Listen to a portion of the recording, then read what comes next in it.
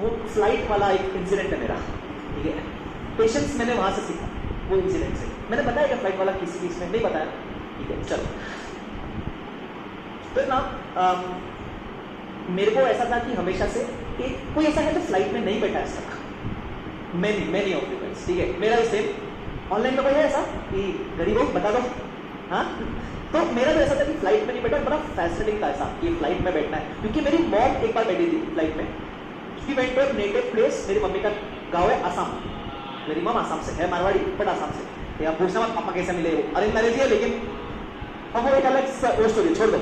तो आसाम में if you go by train तो इट टेक्स 3 nights 3 days, 3 रात 3 दिन लगता है ट्रेन में जाने में। और आसाम पहुंच के भी वहां से मम्मी का घर इस 16 आवर्स का बस का जर्नी। तो एक साइड 4 दिन का ट्रेवल ऑलमोस्ट। तो बचपन में तो हम ट्रेन से जाया करते थे। फिर क्या हुआ, मेरे मॉम के जो डैड है, मेरा नाना, ही पास्ट अवे। तो ऑफकोर्स अर्जेंट भी जाने का था, तो हम लोगों ने कैसे तैसे मम्मी को बोला फ्लाइट में जाओ। मम्मी अकेले गई फिर, क्योंकि पूरा फैमिली का कौन पैसा देगा। तो mom went by flight Assam में। तो तभी किंगफिशर एयरलाइंस होती थी, ठीक है। तो तभी है ना फ्लाइट में खाना पीना और सब मिलता था। तो मेरे को ऐसा था, मम्मी ने बताया मुझे पूरा इंसिडेंट कि ऐसा ऐसा था, अच्छा था। तो मैं बोला मेरे को फ्लाइट में बैठना है। तभी बहुत छोटा था मैं, तभी I was in 6th 7th। तो मुझे बड़ा फैसिनेटिंग लगा, तो मैं बोला बैठेंगे। तो मम्मी बोली कोई बात नहीं, जब तू बड़ा होएगा, तू सीए बनेगा तब बैठना। तो फिर जब मेरा भाई आर्टिकलशिप कर रहा था, तो ही वॉज इन TNY अंस्टनियम। तो उसको ऑडिट के लिए जब भेजते थे तो फ्लाइट में भेजते थे।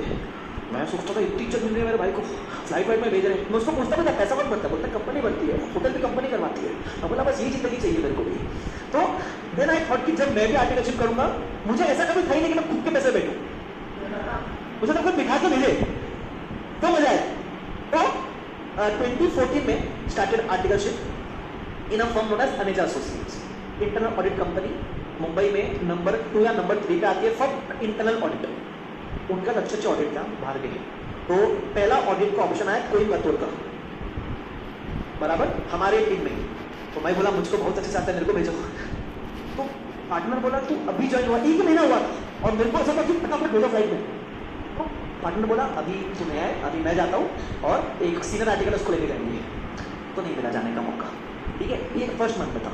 फिर 3-4 महीने बाद ये कंपनी में था कि मिल जाएगा बैठने का मौका। तो फिर 3-4 महीने बाद एक और अपॉर्चुनिटी आई, हैदराबाद की थी वो। I don't remember exactly, but जहाँ तक मुझे याद है हैदराबाद का। तो ऐसा बोल रहे थे कि हैदराबाद में पता है रामोजी फिल्म सेंटर वगैरह भी है, तो क्लाइंट इतना अच्छा है कि वो भी घुमा के लेके आता है। तो मैंने बोला यार मैं जाऊँगा। तो मैंने बोला यार सर को, मेरे सर भेजो ना इधर, इस बार तो भेजो। सर बोले ठीक है तू जा। तो मैंने डेट्स पूछी, तो डेट्स वर इन अक्टूबर मिड समथिंग ऐसा कुछ। तो बीकॉम की एग्जाम्स थी। एक तो एग्जाम भी इतनी टुच्ची कि ना एग्जाम छोड़ सकते, मतलब कोई मतलब नहीं है, और छोड़ भी नहीं सकते। तो फिर ये मेरा करियर वहां नहीं जाने मिला मेरे को। और मेरा वो सीनियर आर्टिकल बहुत बता रहा था कि अरे पूरा मजा आ गया। मैं बोला यार तब क्या हुआ, याद हो गया। फिर ऐसे करते करते 10 महीने बीत गए इसमें फॉर्म में, कुछ नहीं मिला, बैठा हुआ ऐसे। फिर मैंने ट्रांसफर ले लिया। I took a transfer to mid size form, ठीक है। वो उसका नाम था बंसल कंपनी। उसके रीजन थे वेरी, क्योंकि मेरे को पढ़ाई का टाइम नहीं मिलता था इधर, ये वो जो भी है। तो मैंने ट्रांसफर ले लिया। तो जब मैंने ट्रांसफर लिया, वो फर्म इतनी गरीब, उसके पास 2 ही आउट स्टेशन ऑडिट थे, और वो 2 ऐसी जगह पे जहां फ्लाइट जाती नहीं है, एक वापी और एक भरूच। तो वापी फ्लाइट जाती नहीं, भरूच का नियरेस्ट एयरपोर्ट है अहमदाबाद। अब अहमदाबाद से भरूच 5-6 घंटा, और मुंबई से भी ट्रेन में उतना टाइम लगता है। तो वो फॉर्म एक तो गरीब है, बोलती भी थी फ्लाइट पे ट्रेन में जाऊँ ना। मैं बोला अरे सर मैं जाऊँगा ना घूम के। तो बोले नहीं ट्रेन में जाओ। तो ये जो 2015, 16 और अटेम्प्ट तक 17 तक कुछ नहीं मिला, एकदम सन्नाटा, पूरा गरीबी, एकदम सूखा पड़ा था, ठीक है। कुछ नहीं जाने का मिला। तो वो आप ही और भरोस में क्या जाएगा, वो आप ही गया था ट्रेन में। वो इतना, वो क्लाइंट भी इतना गरीब भाई, मतलब मत पूछो। वो प्लेट या खाना खाने का प्लेट पूरी मिट्टी वाली प्लेट, दिमाग खराब हो गया, ठीक है। तो एनीवेज, तो ये 3-4 आर्टिकल के तो ऐसे निकल गए। तो बोला कोई बात नहीं, सीए बनने के बाद बैठूंगा। तो सीए बनने के बाद मैंने टीचिंग शुरू कर दिया था। I was doing my CFA and I started my teaching. तो टीचिंग के समय भी इतना कुछ चल नहीं रहा था वो टाइम पे। तो 2018 में आई यूज्ड टू टेक ऐसे, मतलब होता है ना crash course batches, fast track batches, exam के 1 महीने पहले। क्योंकि जो भूले बैठे बच्चे, जिसका मतलब जिसके पास कोई ऑप्शन नहीं है, मैं होता था मैं पढ़ाऊंगा 1 महीने पहले तुमको एग्जाम के। तो एग्जाम मान लो मई में है, मेरी बैच चालू होती थी मार्च मिड से April mid I will teach you, और फिर तुम 15 दिन सेल्फ स्टडी कर लेना। तो उस समय क्या हुआ, एक मेरी बहन की शादी थी अहमदाबाद में, तो वो शादी थी अप्रैल 18 के आसपास कुछ, और तभी मेरे बैच का मतलब लास्ट 1-2 दिन बचता वैसा टाइम था। तो मैंने बोला यार मैं नहीं जा सकता, मेरे घर वाले सब ट्रेन से जा रहे थे भाई तभी, बट मैंने बोला I can't attend the wedding. तो ये एक्चुअली मेरी होता ना फर्स्ट कजन जिसको बोलते हैं, मेरे डैड के रियल भाई की बेटी, मतलब चाचा की बेटी है ना, तो चाचा की बेटी की शादी थी। तो चाची का कॉल आया कि तेरे में अक्कल नहीं है, तेरी बहन की शादी है और तू ये कर रहा है वो कर रहा है, आना चाहिए तेरे को। तो बहुत सुना है। तो मैंने फिर लास्ट मोमेंट डिसाइड किया 12 अप्रैल को कि मैं आता हूँ, लेकिन मैं सिर्फ शादी के दिन पे आऊँगा और मैं उस दिन सुबह आऊँगा और शाम को चले जाऊँगा, एक दिन आई कैन मैनेज। तो ऐसे करके अहमदाबाद में थी, तो मैंने अहमदाबाद की फ्लाइट बुक करी। फ्लाइट सस्ती थी और 3500 रुपीज़ की मिल रही थी, तो आई वाज लाइक चलेगा। तो मैंने फ्लाइट बुक करी कभी 12 को। मैं एकदम खुश, मेरे घर वाले सब ट्रेन में जा रहे, मैं अगला फ्लाइट में जाऊँगा, एकदम मजा आ गया था, एकदम पूरी फील ले रहा था। तुम गेस करो क्या हुआ रहेगा, फ्लाइट कैंसिल हो गई रही, शादी कैंसिल हो गई। 13 तारीख को चाची का कॉल आया कि मत आना, मैरिज इज कॉल्ड ऑफ, और वो सिस्टर की आज तक शादी नहीं हुई है। मैं इतना बड़ा पनौती हूँ, तुम सोचो। मैं जब बोलता हूँ ना तुम भाई मत बोलो, मैं बोल रहा हूँ मैं तुम लोगों को, ठीक है। और शादी इतने दिन कैंसिल हुआ, कुछ नहीं हुई, मैंने बुक करी अगले दिन कैंसिल, तो और वो फ्लाइट नॉन कैंसिलेबल थी। अब ऑप्शन था कि भाई जाके आ जाना,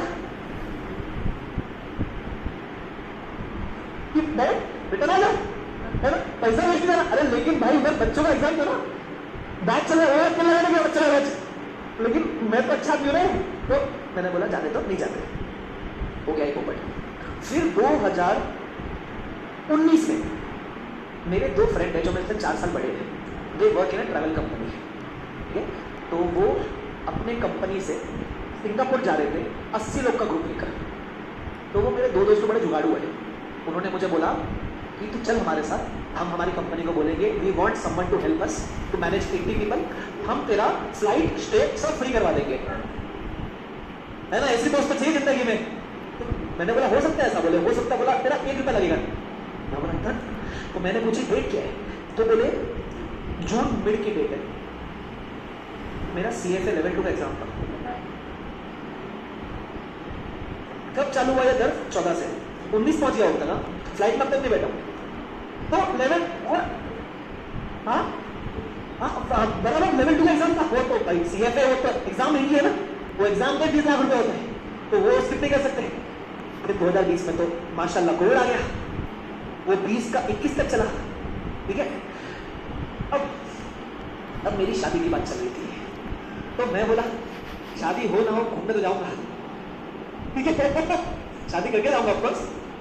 तो 2022 के फेब में मेरी शादी थी, तो तब मैंने डिसाइड किया कि अब फ्लाइट बैठूंगा तो इंटरनेशनल, क्योंकि शादी के बाद जाते हैं ना घूमने से। तो मैंने देखा मेरा म्यूचुअल फंड कितना, ये कितना है, जमा पूंजी चेक करी, और मैंने बोला चल यहाँ इतने में पूरा उड़ाएंगे, we can go outside India. तो मैंने बोला जाएंगे बाहर, इंडिया के बाहर जाएंगे। तो मैंने 2021 के नवंबर में होटल्स और फ्लाइट्स बुक करी। मैं जगह नहीं बताऊंगा, मैं गया नहीं, जब जाऊंगा तो बताऊंगा किसी दिन। यूरोप में इट वाज अ प्लेस। तो बट मैंने सारी कैंसिलेबल फ्लाइट बुक करी, क्योंकि मुझे मेरी किस्मत का पता है। ऑफकोर्स अभी 2022 तो इट वाज 200, तो होटल और फ्लाइट मैंने बुक करी मस्त, सब पूरा प्रिपेयर्ड। 2022 के फेब में कोविड का 3rd वेव आ गया उस कंट्री में, और वहां लॉकडाउन लग गया, और उसी फेब में ही तो ये सारा मामला कैंसर। मैं शादी को तो घूमने नहीं गया, बराबर कितना साल हो गया भाई, 14 से लेकर 22 पहुंच गए भाई, 8 साल हो गए, बराबर हो गए। कैसे है भाई, मैं पनौती आदमी बोल रहा, तुम मानते नहीं मेरी बात, ठीक है। ये हो गया 2022 आ गया। अब मैं बोला यार फ्लाइट में तो बैठ रहे, अब तो मतलब एकदम डेस्परेशन हो गया था देखो।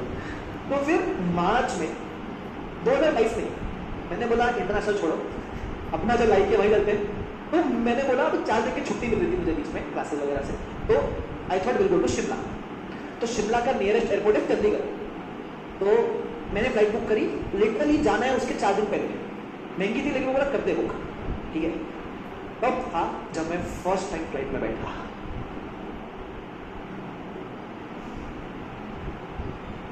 ठीक है, और गया वाइफ के साथ था, तो 2 सीट मिली ऐसा, एक मिडल और एक विंडो सीट। तो वाइफ तो बहुत बार बैठी थी, वो तो पैसा ली थी ना तो मैं था तो देखो, लेकिन अटैच करके मैंने देखो एनीवेज, तो वो सब बात की बात है। तो मिडल और विंडो सीट, तो मेरी वाइफ को भी तरस आ गया, बोली पहली बार बैठा है। तो मैंने उसको बोला मेरे को विंडो सीट चाहिए, तो मैंने व्लॉग भी किया उसका, मेरे चैनल पे व्लॉग भी है उसका, माय फर्स्ट फ्लाइट एक्सपीरियंस।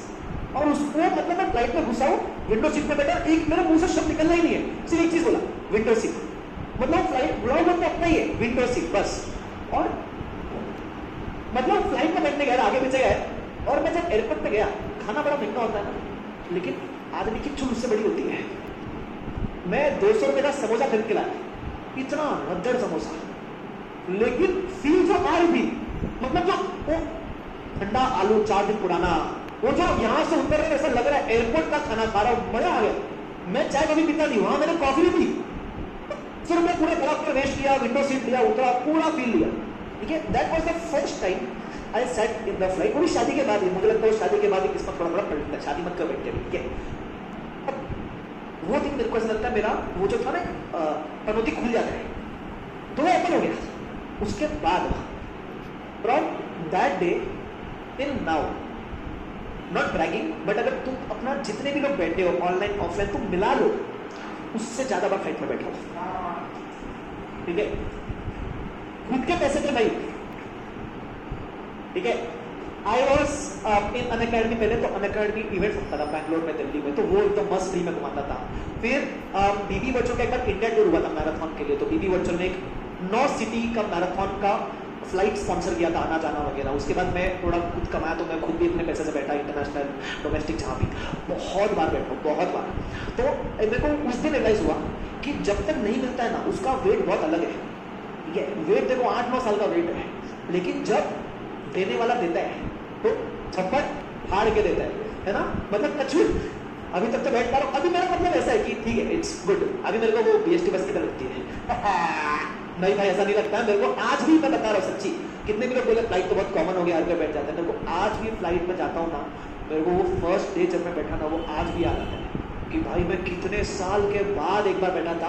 और मुझे ऐसा बिलीव भी नहीं होता कि मैं इतने बार बैठ सकता हूँ फ्लाइट में। कभी कभी ना पोटेंशियल लगता नहीं अपने को, अपन कर सकते हैं ये चीज, तो मेरे को आज भी वो फील आती है। तो अगर तुम नहीं बैठे हो ना फ्लाइट में, बैठना मजा तो आता है। देखो तुम कुछ भी बोलो, कितना भी मटेरियलिस्टिक हो, कुछ भी हो, फ्लाइट में बैठना और समोसा भी खाना, ठीक है। वो मतलब ठंडा समोसा खाकर तुमको तो मजा आएगा ना, उसके बाद तुम कभी नहीं खाओगे समोसा वहां।